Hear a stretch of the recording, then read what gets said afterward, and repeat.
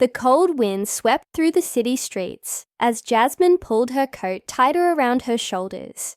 It had been another long shift at the hospital, and all she wanted was to get home, kick off her shoes, and rest. As a nurse, she was used to exhaustion, but tonight felt different, heavier, somehow. Maybe it was the way people looked at her, the way they whispered when they thought she wasn't listening. Or maybe it was because, deep down, she knew what they were saying. Jasmine wasn't just any nurse. She was hardworking, determined, and fiercely independent.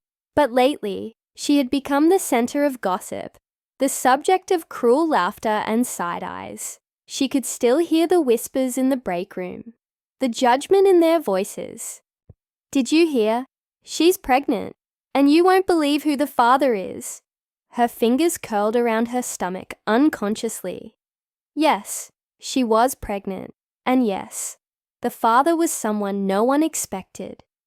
It had all started on a night much like this one.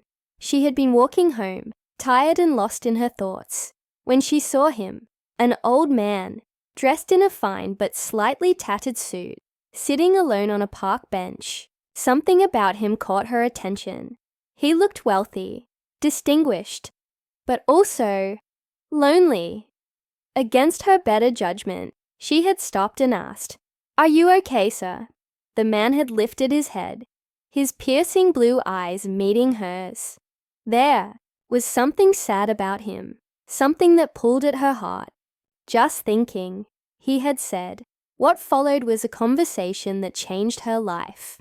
He told her his name was Mr. Donovan, a millionaire who had once had everything but lost the most important things along the way. He spoke of regret, of lost love, of a life filled with riches but empty of real connections. And somehow, Jasmine found herself talking too, about her struggles, about her dreams, about how she wanted to make a difference, but felt unseen in a world that only seemed to care about status and wealth. That night, she had walked away, feeling something she hadn't in a long time. Understood, no one would have guessed what happened next. No one would have believed that their paths would cross again, that their lives would intertwine in ways neither of them could have expected. And when news of her pregnancy spread, the whispers turned into full-blown ridicule. A young black nurse pregnant by an old millionaire. She must be after his money. She's ruining her life. What kind of future does she think this will bring her? Disgusting. He's old enough to be her grandfather. The comments stung, but Jasmine held her head high because she knew something they didn't. She knew the truth behind their story, the real reason her heart had led her down this path. As she walked home that night, her mind raced with thoughts of what was to come. She had heard the laughter, the mockery, but she also knew that this was only the beginning. Because what no one realized was that this wasn't a story about scandal or desperation. It was a story about love, about fate, about a choice that would change everything. And soon, the world would see it too. Jasmine sat alone in her small apartment, staring at the ultrasound picture in her hand. The tiny life growing inside her was real. And yet, to the rest of the world, her pregnancy was nothing more than gossip, fuel for their judgment, their assumptions. She had heard the whispers at work, seen the way people smirked when she walked past. She trapped him. She's after his money. What kind of love story is this? But none of them knew the truth. None of them had been there the night she met Mr. Donovan, the night everything changed. Their connection had been unexpected, but it had felt natural. She had seen something in him that others overlooked. Beneath his wealth, beyond the fine suits and the polished shoes, was a man who had lived a long life filled with regrets. He had built his empire, made millions, but what did he have to show for it? A big empty house, distant family, and no one to call his own. Jasmine hadn't fallen for his money. She had fallen for the way he listened to her like she mattered. She had fallen for the way he spoke about life, as though he wished he could do it all over again. It hadn't been some scandalous affair. It had been slow, careful, real. But the world didn't care about any of that. All they saw was the impossible pairing, a young black woman and an old rich white man. And because it didn't fit their expectations, they twisted it into something ugly. Even at work, where she had once been respected, things had changed. Doctors, who once praised her skill, now looked at her with doubt. Fellow nurses whispered when they thought she wasn't looking. The judgment wasn't just in their words, it was in their eyes. One afternoon, while Jasmine was tending to a patient, a co-worker, Sarah, leaned in close and murmured, "So, when are you quitting? I mean, you've hit the jackpot, right?" Jasmine's hands clenched around the IV tube she was adjusting. She turned, meeting Sarah's smug expression. "Excuse me?" Sarah shrugged. "Come on, a millionaire's baby. That's a lifetime of luxury. Why work when you don't have to?" Jasmine forced herself to stay calm. She had worked too hard to let ignorant words break her. "I didn't choose nursing because I needed to work. I chose it because I care. Money doesn't change that." Sarah smirked, unconvinced. "If you say so." Then she walked away, leaving Jasmine standing there, heart pounding. It wasn't just at work. The judgment followed her everywhere. On the bus, at the grocery store, even from strangers online. Somehow, word had spread, and people had taken it upon themselves to dissect her life, to turn her into a villain in a story they didn't even know. But what hurt the most wasn't the strangers. It was her own family. Her mother had been silent for weeks, ever since she had broken the news. Jasmine had expected surprise, maybe even concern, but she hadn't been prepared for the disappointment in her mother's eyes. "Jasmine, what were you thinking?" "Mom, it's not what you think." "Then, tell me what it is, because all I see is my daughter ruining her life over a man old enough to be her father." Jasmine had tried to explain, but her mother had refused to listen. Her father had barely spoken a word, shaking his head as he walked away. Even her best friend Danielle had looked at her with disbelief. "Jas, I love you, but you have to admit, this looks bad.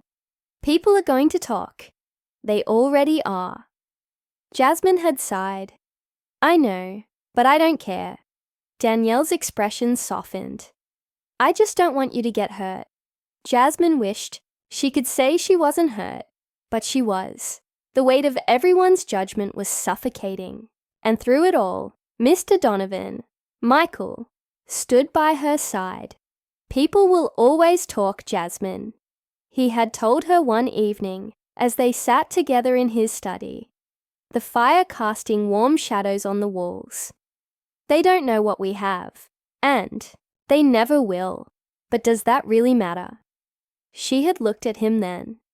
This man who had given her nothing but kindness, nothing but honesty. He wasn't trying to buy her, wasn't trying to control her. He simply loved her, and she loved him. But love alone wasn't enough to stop the world from tearing them apart. The real storm hit when Michael's family found out. His children, grown adults with families of their own, had never cared much for him when he was alone. But the moment they heard about Jasmine, they acted as if they had something to lose. His eldest son, Robert, had called him in a rage. "Dad, have you lost your mind? She's using you? She's after your money, and you're too blind to see it." Michael had remained calm. "Jasmine isn't after anything but a life with me.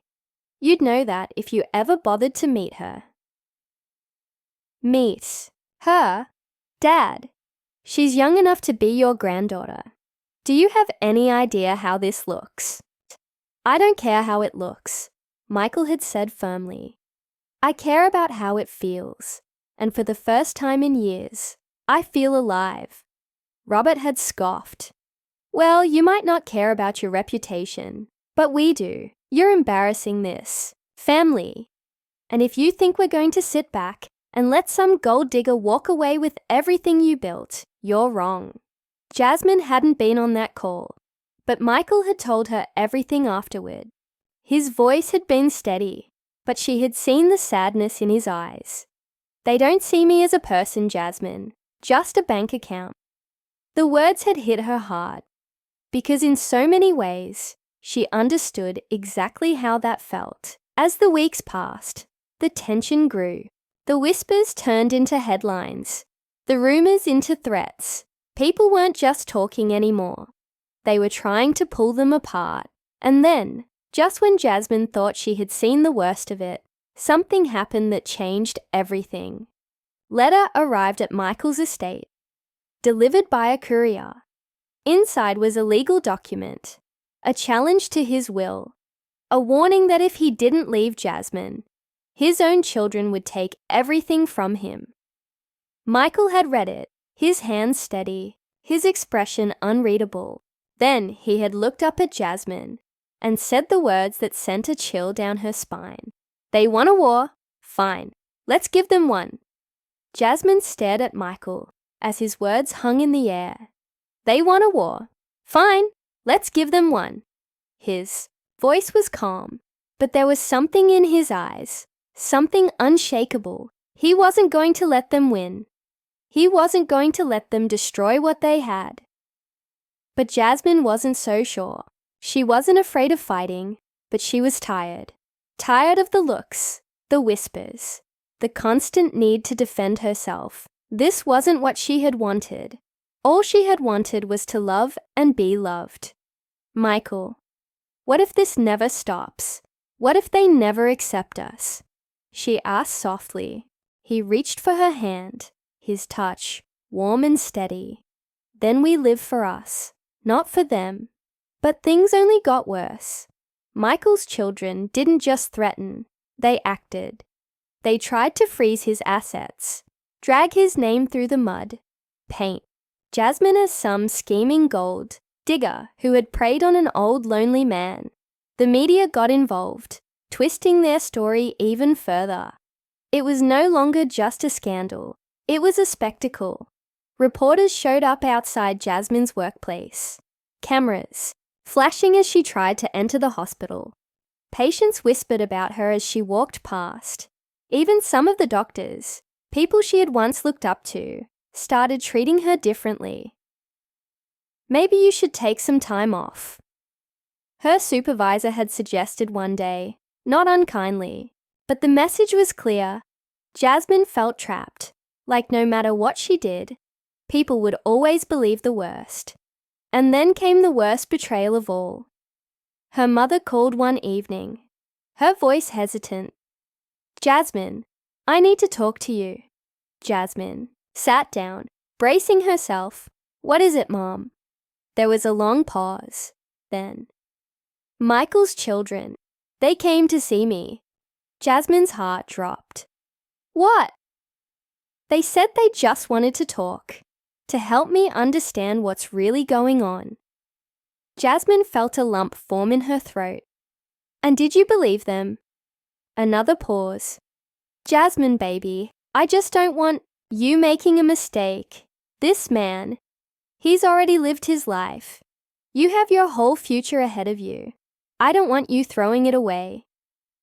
"I'm not throwing anything away, Mom. I love him." "Love isn't enough sometimes, Jasmine," her mother snapped. "Look at what's happening. Look at what they're doing to you. Is this really the life you want?" Jasmine's voice shook as she answered, "It's the life I choose." She hung up before her mother could say anything else. That night, Jasmine sat alone in Michael's study, staring at the fire, feeling exhausted, lost. Michael walked in, saw her expression, and didn't need to ask. He just sat beside her and took her hand. "I don't want to lose everything because of me," she whispered. Michael turned to her, his blue eyes clear, steady. "You're not making me lose anything, Jasmine. You are the only thing I have to gain." And in that moment, she knew. It didn't matter what the world thought. It didn't matter what his children did, what the media said, or who believed the lies. Because at the end of the day, love wasn't about proving anything to anyone. It was about standing beside the person you chose. No matter what, Michael refused to back down. He fought back legally, cutting off his children from the wealth they had never cared about until now. He rewrote his will, making sure Jasmine and their unborn child were protected. And in the end, the storm began to die down. People moved on. The media found a new scandal. The hospital finally accepted that Jasmine wasn't going anywhere. And one evening, as the sun set over the city, Jasmine sat on the front steps of their home, her belly round with life, her hand in Michael's. "Do you regret anything?" she asked softly. Michael smiled, squeezing her fingers gently. "Only that I didn't find you sooner." She smiled, resting her head against his shoulder, feeling the baby kick inside her. And for the first time in a long time, she felt at peace. Because love wasn't about what made sense to the world. It was about what made sense to the heart.